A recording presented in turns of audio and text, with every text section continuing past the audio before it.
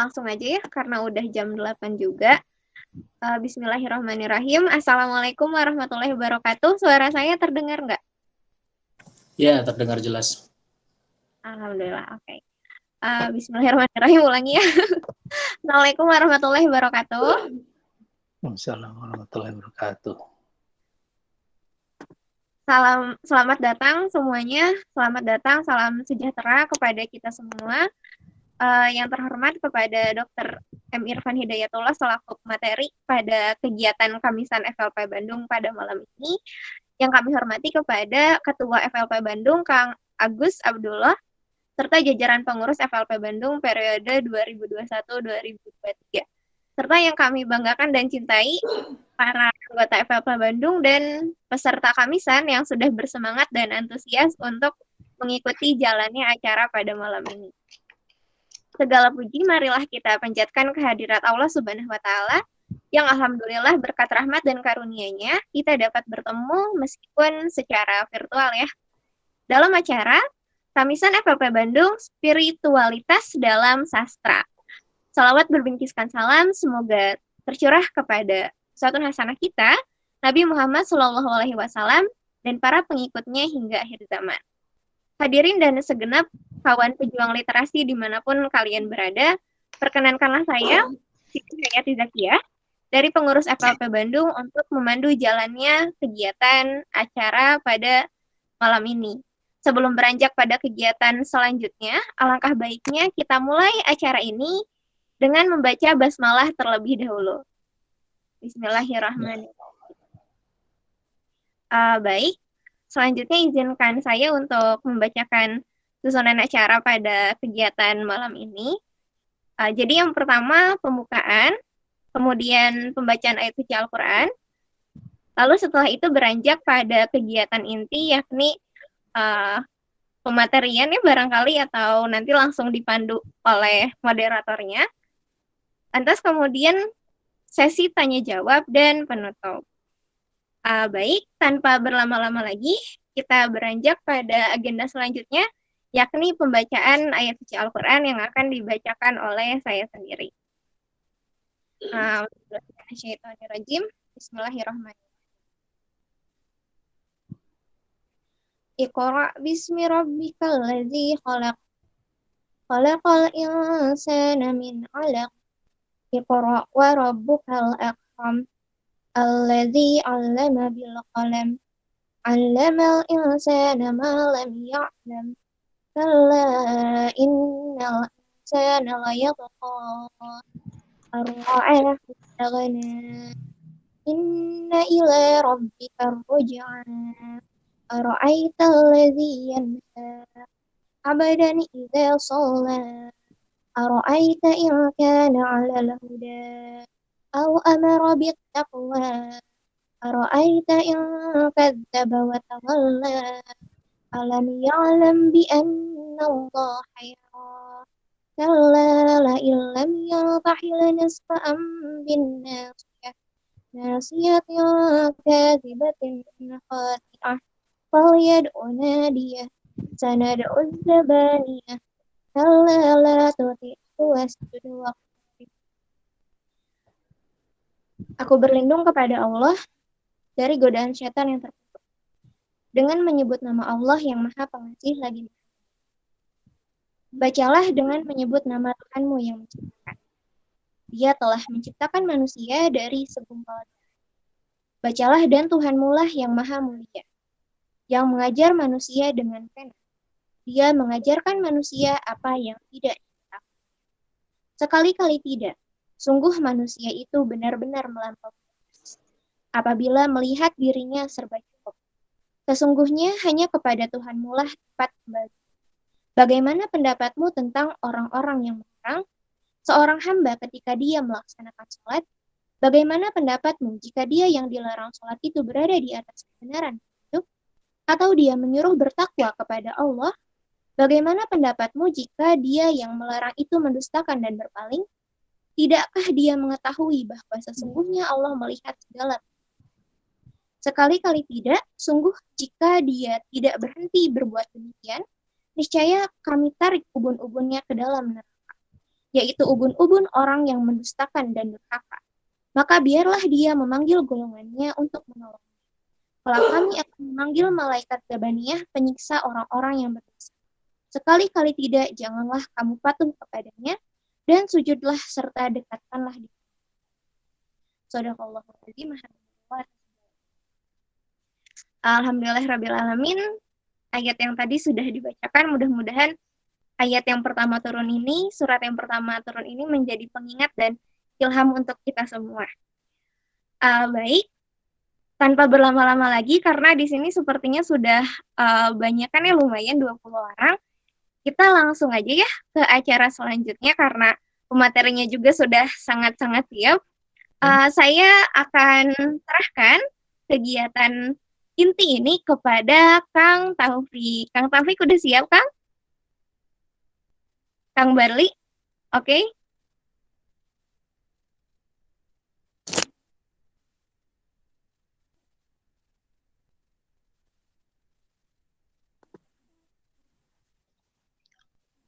Open mic. Open mic, Barli.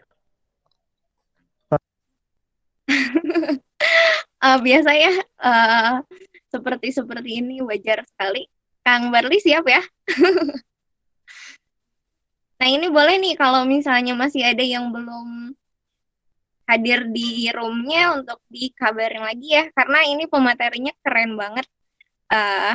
Apa ya? Saya juga waktu ikutan pengadilan penulis kayak tersepona gitu.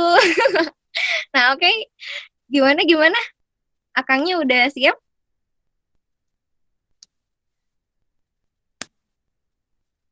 Oke deh, sambil nunggu ya. Sambil nunggu Kang Barlinya. Nanti kalau Kang Barli udah siap, langsung aja. Ya, insyaallah. Udah ya, siap. Mantap, Kang. Lanjut aja sama Akang, diserahkan. Ya, baik. Bismillahirrahmanirrahim. Assalamualaikum warahmatullahi wabarakatuh. Waalaikumsalam warahmatullahi wabarakatuh. Ya, selamat malam teman-teman peserta edisi Kamisan FLP Bandung edisi kedua 15 Juli 2021. Perkenalkan, saya Taufik Ramadan yang akan memandu diskusi kita pada malam hari ini.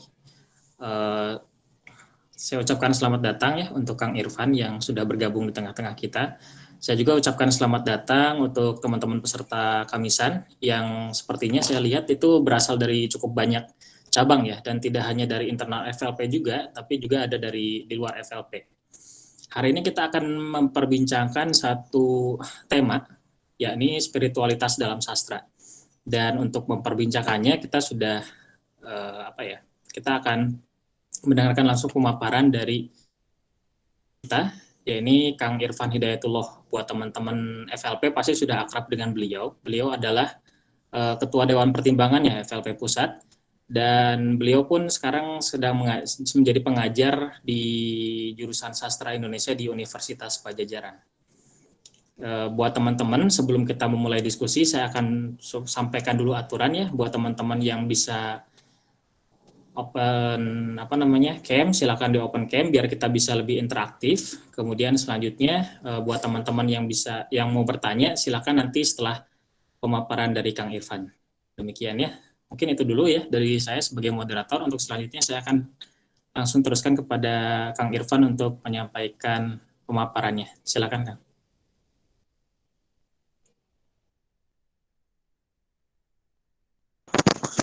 Baik, cek terdengar ya suara saya.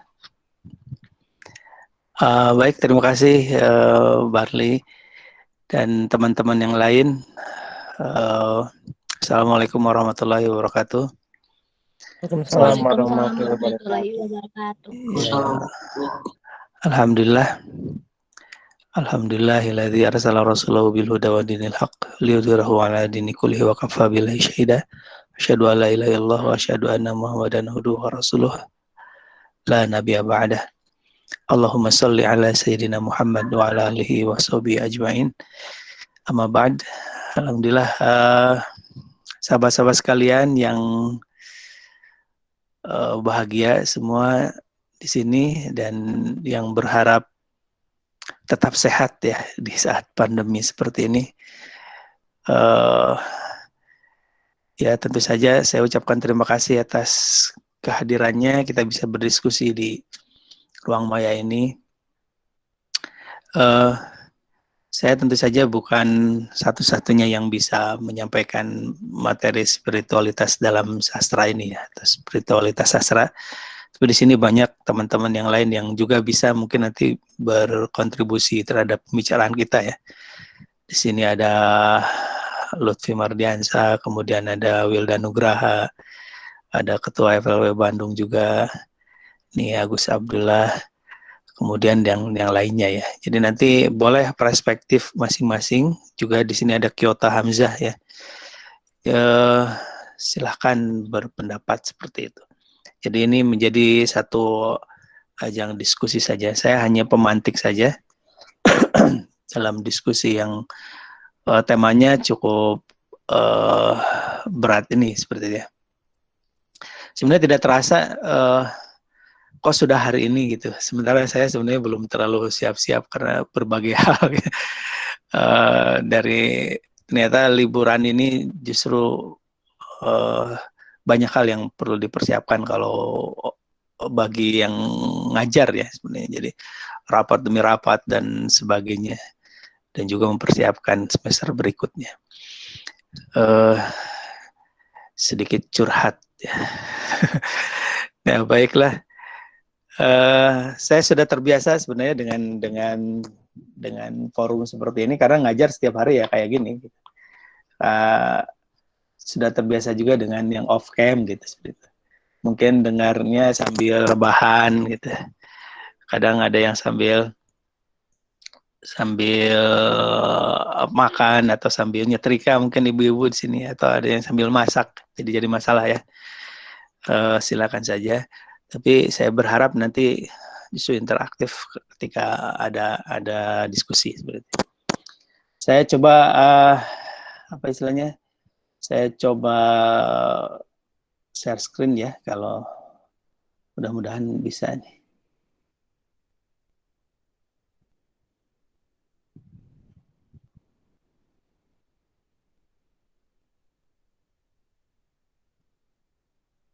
Sebentar.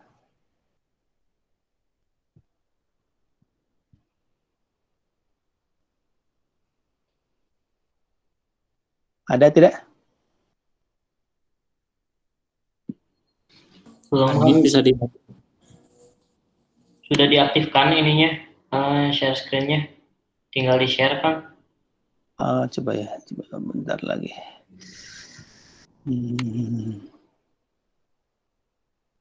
Nah, ini barusan. Oh, harus ke sini ya. Nah, ini ada ya? Ada? Belum sepertinya, Kang. Belum apanya ya? Sebentar, saya coba tanya dulu.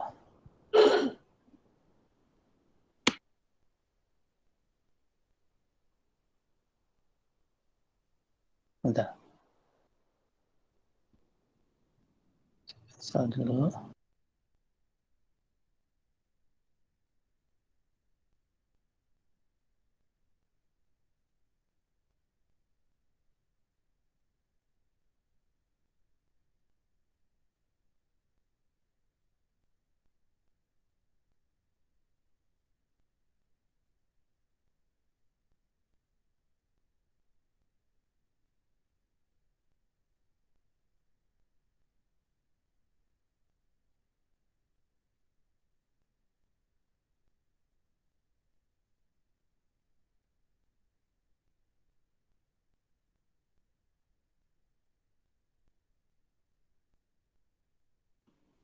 Udah masuk, Kang? Ya, sip. Udah keluar, Kang.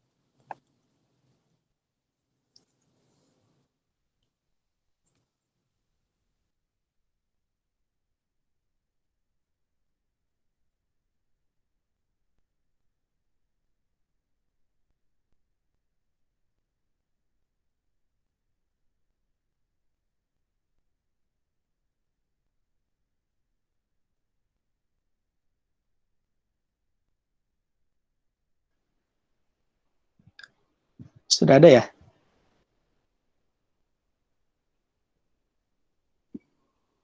Kang.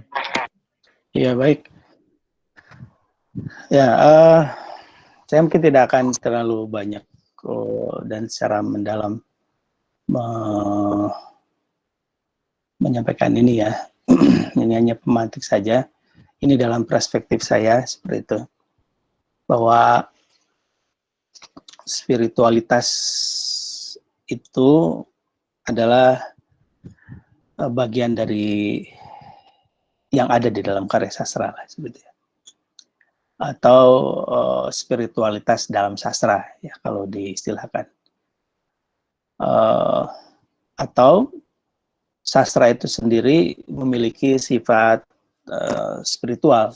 Jadi sastra sebagai aspek spiritual dari apa istilahnya, spiritualitas sastra ke spiritualan sastra gitu. Jadi sastra itu memiliki sifat spiritual. Jadi sastra berbeda dengan mungkin teks lainnya atau berbeda dengan media lainnya, itu lebih spiritual ya daripada ya sastra lebih spiritual daripada teks-teks lainnya atau media-media lainnya, mungkin seperti itu ya. Jadi ada dua hal yang akan kita bahas sekarang, yaitu spiritualitas dalam sastra. Berarti yang pertama itu adalah aspek spiritualitas dalam sastra. Yang kedua adalah sastra sebagai sebuah subjek spiritual seperti ya. Nah, baik. Nah, sastra adalah media bagi berbagai hal. Saya ingin mengetahui itu sebenarnya sastra itu media bagi apa saja ya. Mungkin di sini ada yang berpendapat, silakan.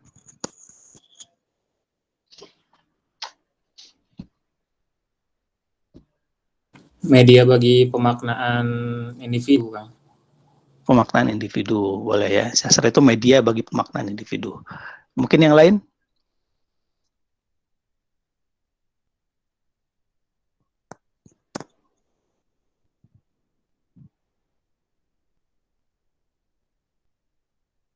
Sambil saya coba diaktifkan lagi kameranya.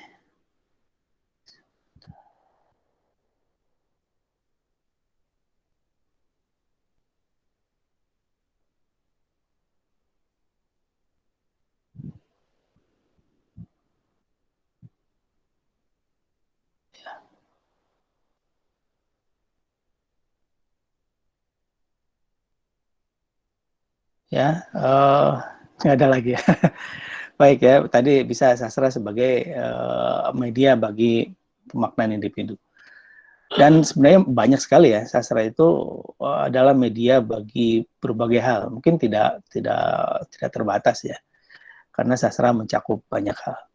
Nah, ini yang saya sebut sebagai ruh karya sastra gitu. Jadi ruh karya sastra itu berarti ada sesuatu yang ada di dalam karya sastra. Karya sastra di dalamnya memiliki apa istilahnya informasi gitu. Dia bagian dari cara untuk menginformasikan sesuatu. Kemudian juga di dalamnya ada sejarah ya. Sastra di dalamnya itu sebagai media, atau sastra sebagai media sejarah, atau ruh sejarah ada di dalam karya sastra. Begitu juga sastra di dalamnya ada kisah ya. Bisa kisah kalau itu bentuknya novel atau prosa kisahan gitu ya, novel cerita gitu, ada ceritanya. Tapi sastra juga bisa di dalamnya ada renungan bisa itu lewat puisi dan sebagainya.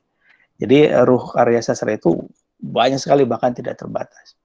Tapi di dalam sastra juga itu bisa jadi di dalamnya ada propaganda, dan ini menjadi sangat mungkin ketika sastra menjadi ideologi misalnya ya, ada ideologi di dalamnya, ada ideologi.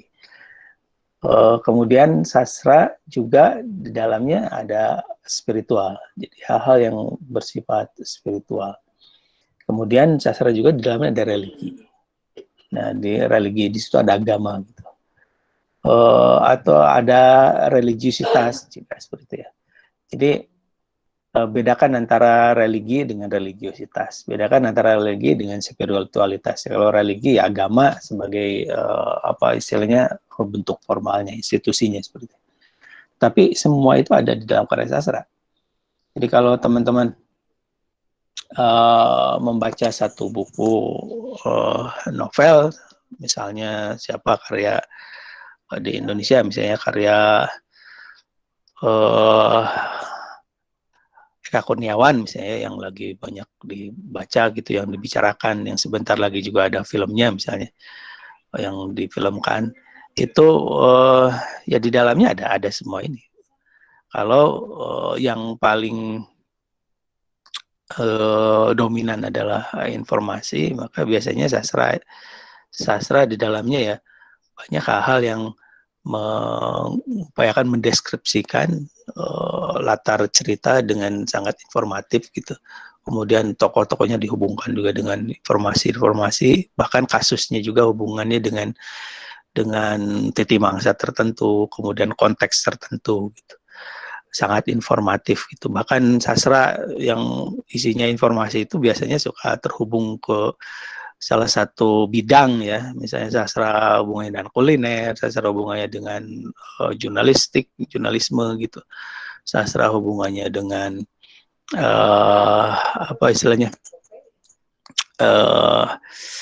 agama misalnya ya, karena informasi-informasi keagamaan itu dimasukkan dalam sastra gitu. Kita mengenal di FLP banyak seperti itu ya. Mau belajar tentang agama bisa lewat sastra. Di situ kata belajar di dalamnya ada transfer informasi seperti itu. Nah kalau itu yang dominannya berarti sastra tidak utuh ya, karena sastra terlalu informatif. Karena di dalam sastra nanti banyak variabel yang membuat sastra itu menjadi sastra. Kemudian sejarah ya, kalau sejarah di dalam sastra ya menjadi bagian saja, menjadi ruh dalam karya sastra. Makanya ada yang disebut sebagai sastra sejarah gitu ya. Atau sastra berlatar sejarah, bukan sastra sejarah tapi latarnya saja sejarah misalnya. Tapi itu ada anasir, ada unsur-unsur kesejarahan yang banyak. Ya, kita tahu lah misalnya banyak cerpenis kita yang mencoba untuk mengungkapkan kesejarahan sebagai latar, dan juga sastra sebagai sejarah. Dia ingin mengungkapkan sastra sebagai sastra tapi dengan latar belakang sejarah. Misalnya ada Iksaka Banu misalnya dan sebagainya lah. Di sini ada Kyota Hamzah misalnya yang juga ingin menjadikan sastra sebagai bagian dari transformasi kesejarahan, sehingga sastra dan sejarah itu masuk gitu ya. Nah, kita juga mengenal ada Pramudia Anantatur misalnya seperti itu. Tapi tidak informatif tadi ya, itu sastra sebagai sejarah, sebagai latar betul-betul yang dihidupkan di dalam novelnya. Bahkan tidak hanya di anasir sejarah, tidak hanya di novel, di puisi juga gitu. Di puisi kita bisa mengenal misalnya Taufik Ismail, kemudian ada Rendra dan sebagainya yang di dalamnya ada peristiwa-peristiwa yang disikapi sebagai latar puisi tersebut gitu, atau sebagai bagian dari unsur kesastraan. Tapi ruh sejarah ada di situ. Kemudian kisah jelas ya, kisah di situ ada karena sastra apa istilahnya mengisahkan sesuatu, terutama novel ya, kisahan. Nah, jadi kisah itu bagian dari ruh sebenarnya. Juga bagian dari jasadnya novel gitu. Jasadnya novel adalah cerita, tapi cerita bisa jadi ruh si novel itu juga gitu. Karena tadi tidak hanya cerita, ada informasi juga gitu. Ada renungan juga, tidak hanya kisahan gitu, tapi ada bagian dari ada sesuatu yang masuk pada kisahan itu. Jadi kisahan di sini atau kisah itu sebagai bagian dari ruh. Tapi kalau secara teoretis ya novel gitu ya, atau cerita rekan itu ya jasadnya itu cerita gitu seperti itu. Tetapi juga cerita sebagai ruh. Makanya kalau misalnya kisahan di nomor sekian kan, kemudian yang dominan informasi, maka biasanya ya itu tidak enak atau menjadi sebuah novel yang tidak utuh sebagai novel. atau sebagai prosa kisah gitu ya. Kemudian ada renungan juga di dalamnya. Jadi karya sastra ya hampir semua karya sastra yang dari yang sangat populer sampai sangat interpretatif gitu ya, sangat perlu dimaknai dengan dalam gitu. Itu semua ada renungannya biasanya. Ada yang tipis-tipis renungannya, ada yang kemudian isinya perenungan semua gitu seperti itu. Sastra di dalamnya ada ruh itu. Kemudian ada propaganda, jelas ya. Sastra di dalam sastra ada propaganda. Bahkan sastra sendiri bisa jadi propaganda dalam pengertian di dalam kisah ada sesuatu yang ditawarkan gitu, atau yang didengung-dengungkan lah oleh pengarangnya atau oleh sebagian dari tokoh-tokohnya seperti itu. Tetapi ada yang jelas, ada yang samar gitu. Nah, yang jelas itu disebut sastra propagandis gitu ya, atau sastra propaganda. Nah, pada zaman-zaman tertentu kan sastra juga berisi propaganda ya. Biasanya zaman-zaman ketika politik dominan gitu. Sastra pada zaman 65 itu banyak propagandanya. Di sastra 45 juga banyak propagandanya ketika Jepang menitipkan propagandanya ke dalam novel-novel atau puisi-puisi para penulis Indonesia, ya isinya propaganda. Bahkan yang tidak berisi propaganda disortir seperti itu ya. Begitu juga pada zaman penjajahan gitu, propaganda penjajahan itu juga dititipkan di dalam karya sastra. Nah, propaganda itu ada di dalam karya sastra ruhnya gitu. Kemudian itu ada juga karena ideologinya. Jadi ruh sastra itu ideologi. Jadi sastra itu bersifat ideologis gitu. Ada ideologi di dalamnya, apapun itu ya.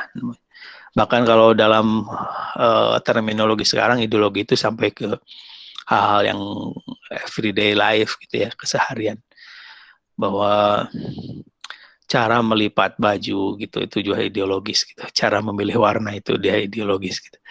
Cara berbicara itu ideologis gitu, atau misalnya cara menyikapi peristiwa sekarang misalnya COVID sangat ideologis gitu ya. Dia cara pakai masker juga ideologis sekarang seperti itu. Semua bersifat ideologis. Nah, di dalam sastra di dalamnya ada ruh ideologi. Dan ini tidak bisa dihindari karena setiap orang punya kecenderungan, setiap orang punya gagasan, setiap orang punya keinginan untuk menyampaikan sesuatu. Tetapi ideologi bertingkat tentu saja. Ada yang ideologi dalam pengertian ideologi besar, ya, bangsa-bangsa.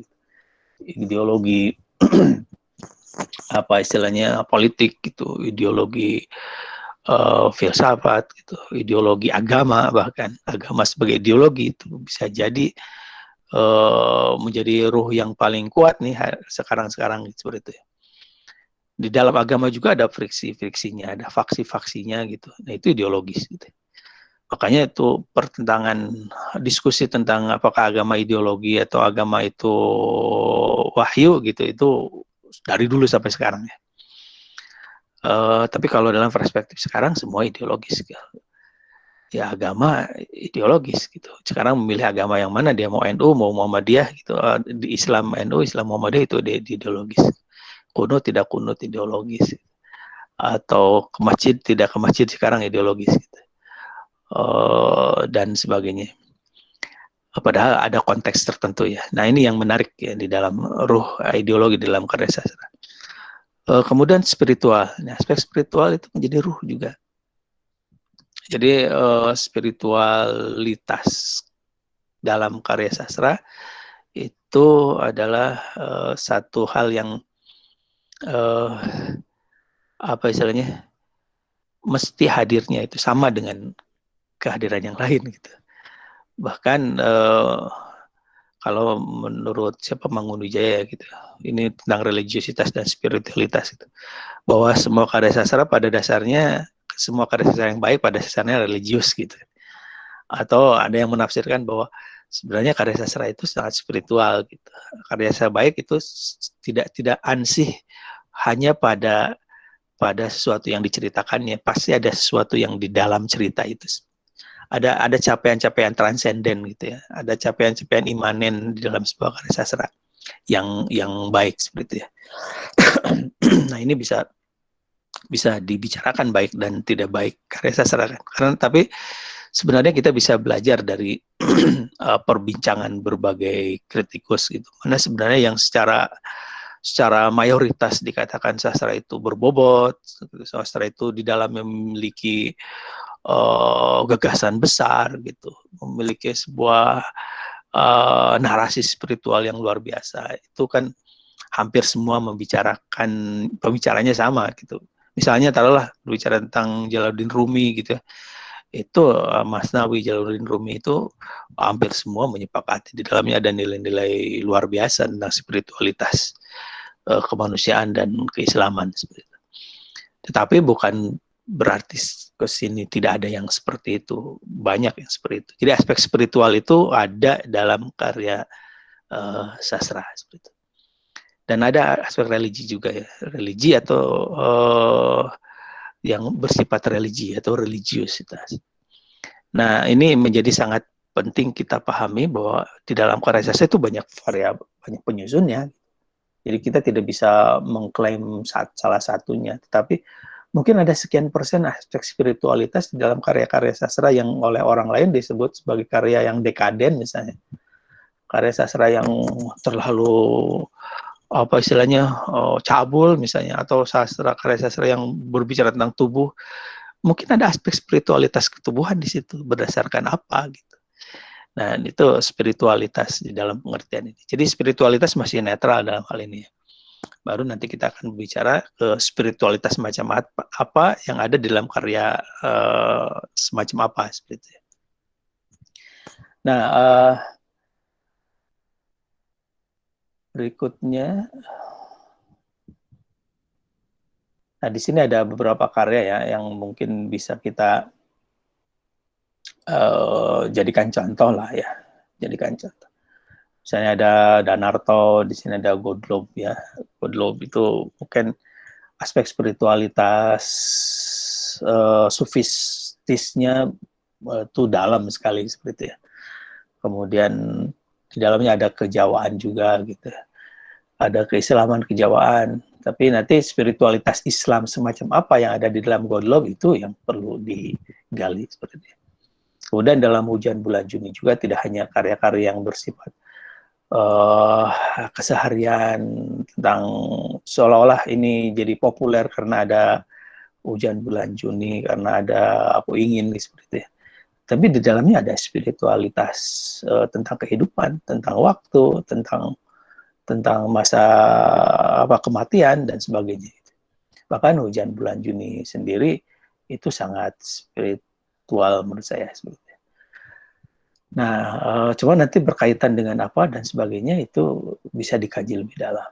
Begitu juga di dalam Haidar Anwar ya. Ini kabarnya buku Sumanjaya ya harusnya yang Haidar Anwar. Nah, itu juga sama gitu. Itu dimaknai banyak. Jadi karya sastra yang kemudian itu utuh biasanya banyak sekali variabel yang membuat karya itu menjadi penting buat beragam pembaca. Makanya saya pernah menulis tentang Haidar Anwar misalnya, kenapa jadi populer, karena di dalamnya ya banyak variabel keagamaan gitu. Ada Nasraninya di situ, spiritualitas Nasrani ada gitu. Kemudian spiritualitas Islam juga ada. Kemudian juga spiritualitas kemanusiaan yang mempertanyakan istilahnya kebebasan dari tirani juga ada di situ seperti itu. Jadi utuh di dalam puisi-puisi Haidar Anwar, sehingga wajarlah kalau banyak orang yang membaca dari berbagai sisi seperti itu. Kemudian juga ada Khutbah di Atas Bukit ya. Karya-karya Kunto Wijoyo biasanya dekat sekali dengan aspek spiritualitas gitu atau transenden. Atau Kunto Wijoyo sendiri mau menyebut dirinya dengan istilah profetik, gitu, sastra profetik. Dasar apologetik di dalamnya salah satunya ada aspek transendensi. Transendensi itulah yang kemudian dimaknai sebagai spiritualitas. Kemudian Abdul Hadi misalnya dalam meditasi itu juga sama ya. Apa istilahnya? Di situ puisi-puisi yang sangat apa istilahnya? Transenden gitu, sufistis. Nah, baik seperti itu. Kemudian berikutnya, nah sastra sebagai variabel spiritualitas. Itu apa aja sebenarnya yang membuat sastra itu menjadi variabel spiritualitas sebuah apa istilahnya, sebuah kelompok ya, atau sebuah komunitas, atau sebuah masyarakat, atau sebuah negara. Nah, salah satu ini jargon dari Aristoteles yang sering dibicarakan di kelas gitu itu. Ini doktrin dari turun-temurun ya. Dan sastra jalan keempat menuju kebenaran setelah agama, filsafat, ilmu pengetahuan, kemudian sastra. Ya, karena sastra tidak hanya berbicara tentang manusia, gitu. Atau sastra tidak hanya berbicara tentang cangkang gitu, tentang kehidupan, tapi sesuatu yang dibalik kehidupan, sesuatu yang di dalam kehidupan, atau sesuatu yang melampaui kehidupan. Yang misalnya Dante Divine Commedia itu kan juga tentang itu, walaupun di dalamnya ya ada masalah ideologis. Satanic Verses juga Salman Rushdie juga sama, di dalamnya sebenarnya ada aspek spiritualitas, ada kebenaran yang ditawarkan gitu, tapi tentu saja itu berlaku tidak universal, pasti ada seseorang yang meyakini itu. Dan itu kemudian dibuat dengan begitu presisi, dalam pengertian dibuat tidak dengan mudah gitu. Jadi di dalamnya karena ada sesuatu yang apa istilahnya, tawaran tentang kebenaran, tentu saja melibatkan logika, melibatkan spiritual, melibatkan mental, melibatkan banyak hal, pengetahuan, sejarah dan sebagainya. Jadi variabel spiritualitas dalam karya sastra ada ketika sastra kemudian dijadikan alternatif mencari nilai-nilai kebaikan dan kebenaran yang ada di dalamnya. Ya seperti sekarang misalnya, taruhlah ketika apa terjadi banyak sekali ya gender misalnya, terjadi banyak sekali represi terhadap perempuan, baik itu saat hubungan pacaran sampai ke pernikahan, banyak kekerasan seperti itu. Maka kemudian banyak karya sastra atau fiksi dan sebagainya yang kemudian memunculkan itu dan melawan itu seperti itu. Maka kemudian dikaitkanlah dengan spiritualitas apa kemanusiaan gitu, bahwa ya ada yang salah gitu relasi antara laki-laki dan perempuan yang selama ini dipahami. Karena di luar lebih jauh dari itu ada nilai-nilai kemanusiaan yang harus diperjuangkan. Makanya muncullah feminisme misalnya seperti itu ya.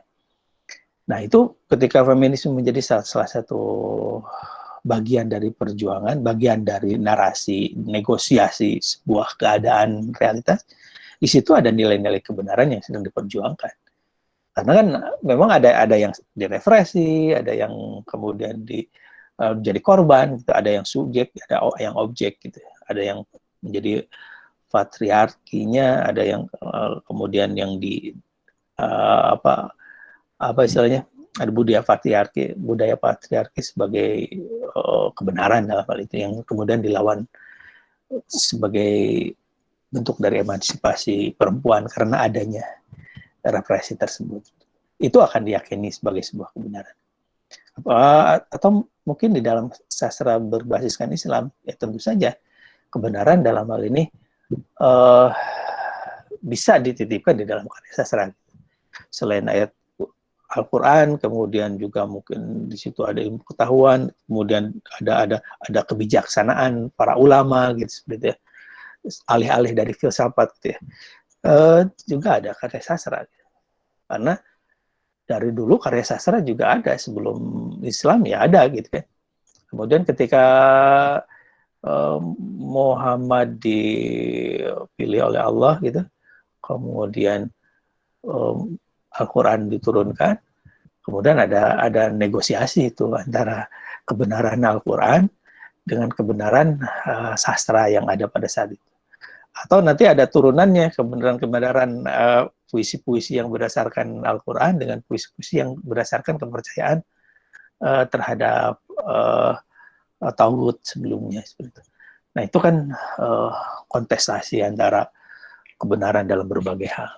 Nah tentu saja ini menjadi sangat ideologis. Kemudian sastra juga mengungkap problem mental manusia ya.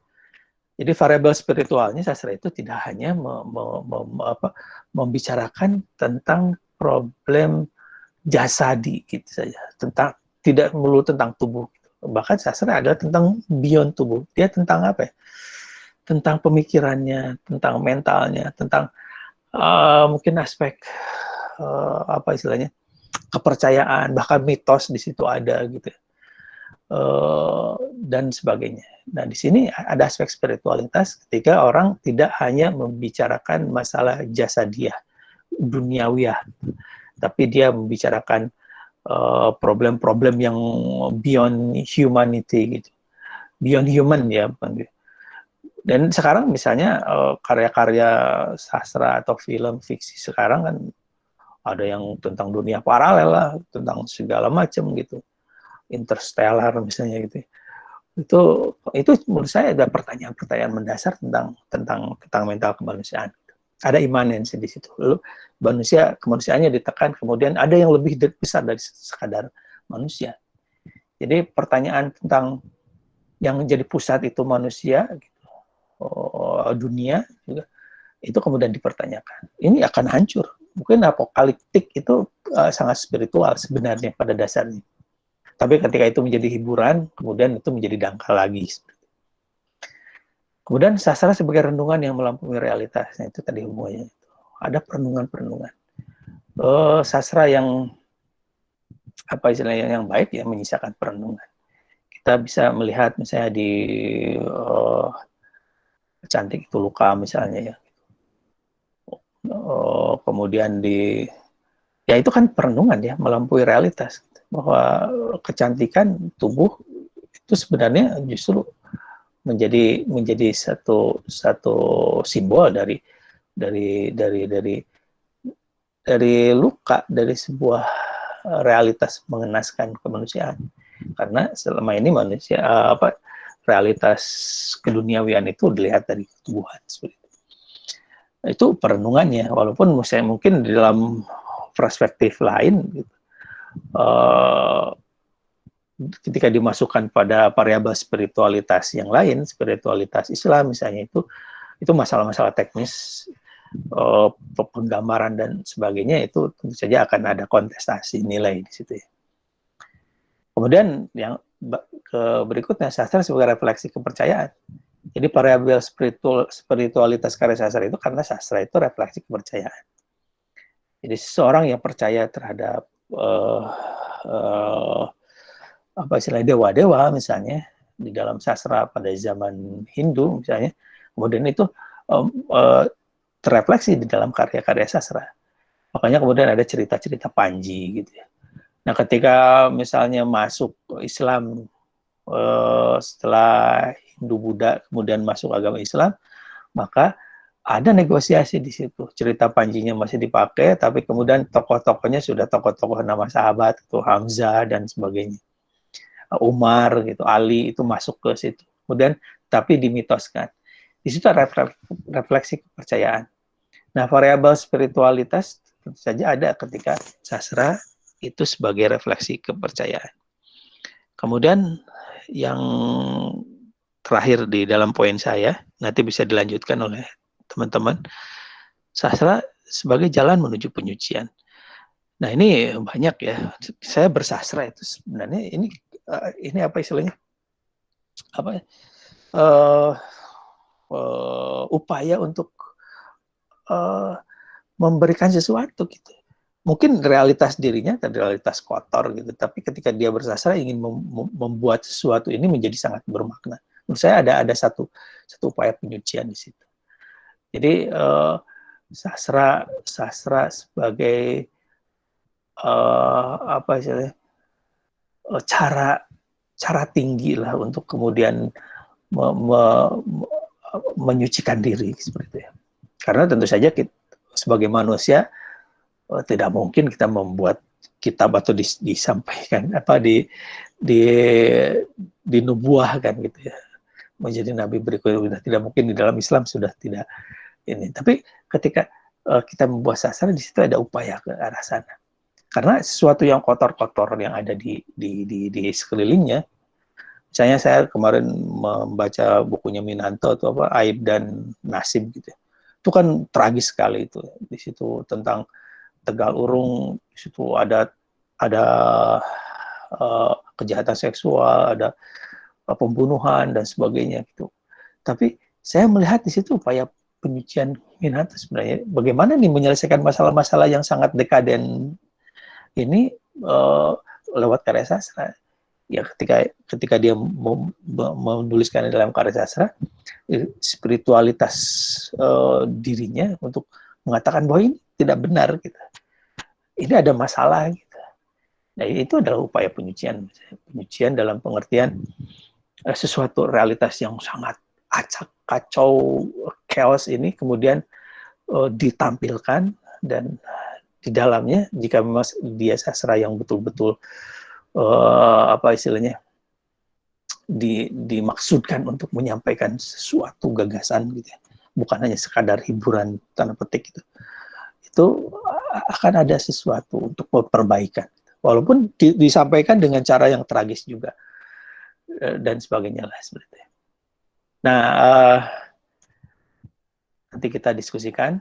Kemudian berikutnya terakhir, spiritualitas Islam dalam sastra itu di mana? Nah,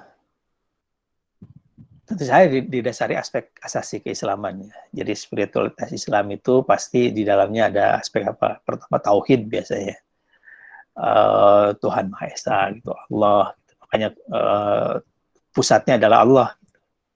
Pusatnya adalah yang satu. Gitu. Kita baca Rumi, Iqbal dan sebagainya, itu pusatnya satu.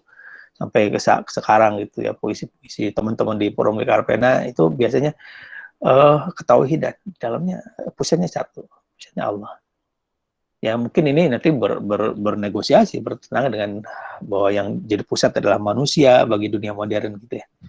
Nah di situ adanya kontestasi ideologis, yang satu spiritualitasnya Islam, yang satu spiritualitasnya yang lain seperti itu. Nah keislaman, kemudian nanti diturunkan spiritualitas Islam dalam sastra itu biasanya sumbernya ya Al-Quran dan Al-Hadis. Nah, Al-Quran kemudian nanti ada kisahan di situ, ada kemudian ada larangan dan kebolehan gitu seperti itu. Kemudian ada juga di situ apa istilahnya, hal-hal yang futuristik gitu ya, keimanan gitu, keimanan kita terhadap akhirat dan sebagainya. Itu khas spiritualitas agama.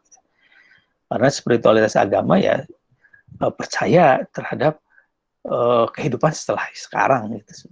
Itu bagian dari spiritualitas. Nah, di dalam aspek asasi keislaman ini itu bagian dari spiritualitas Islam dalam sastra.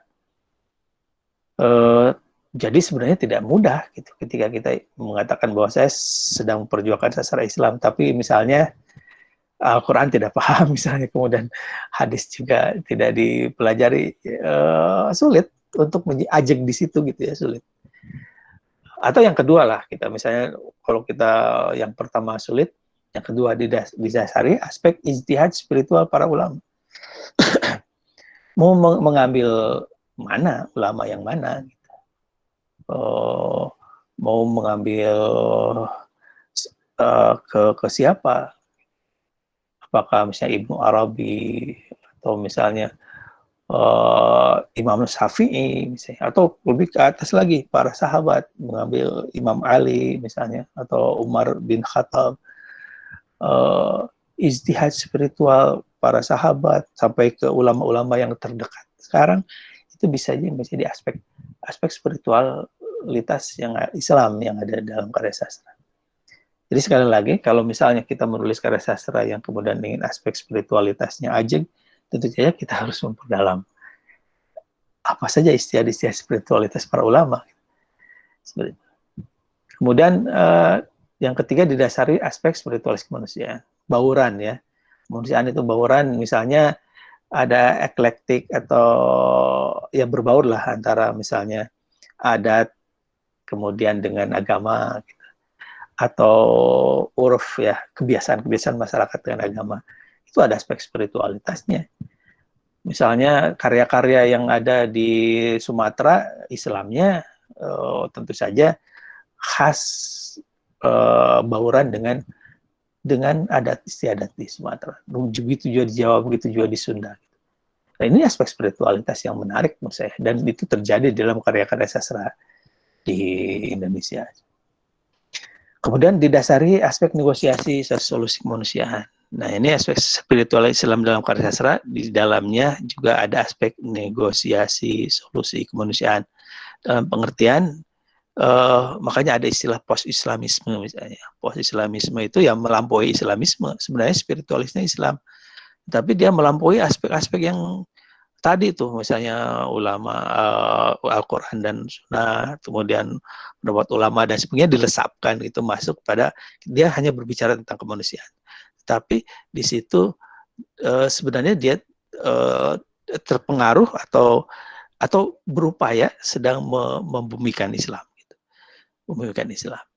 Dan pada zaman sekarang, gitu, ketika misalnya Islam menjadi wacana minoritas di dalam wacana global gitu, ketika berbicara Islam itu bisa disebut radikal gitu, bisa bahkan sampai ke arah sangat politis sekali gitu, padahal hanya berbicara Islam biasa saja gitu. Selalu ketika berbicara Islam kembali ke Quran dan hadis, itu kemudian wah ini pejuang khilafah misalnya kayak gitu, oh ini kadrun dan sebagainya. Itu kan sebuah kondisi yang sangat mengenaskan gitu. Padahal sebenarnya ini masalah negosiasi. Makanya penting untuk bernegosiasi dengan cara yang post-Islamis tadi, tidak melulu simbolis tentang keislaman, tapi langsung masuk pada aspek kemanusiaan. Di situ ada spiritualitas keislaman, karena Islam juga mengatur masalah-masalah kemanusiaan.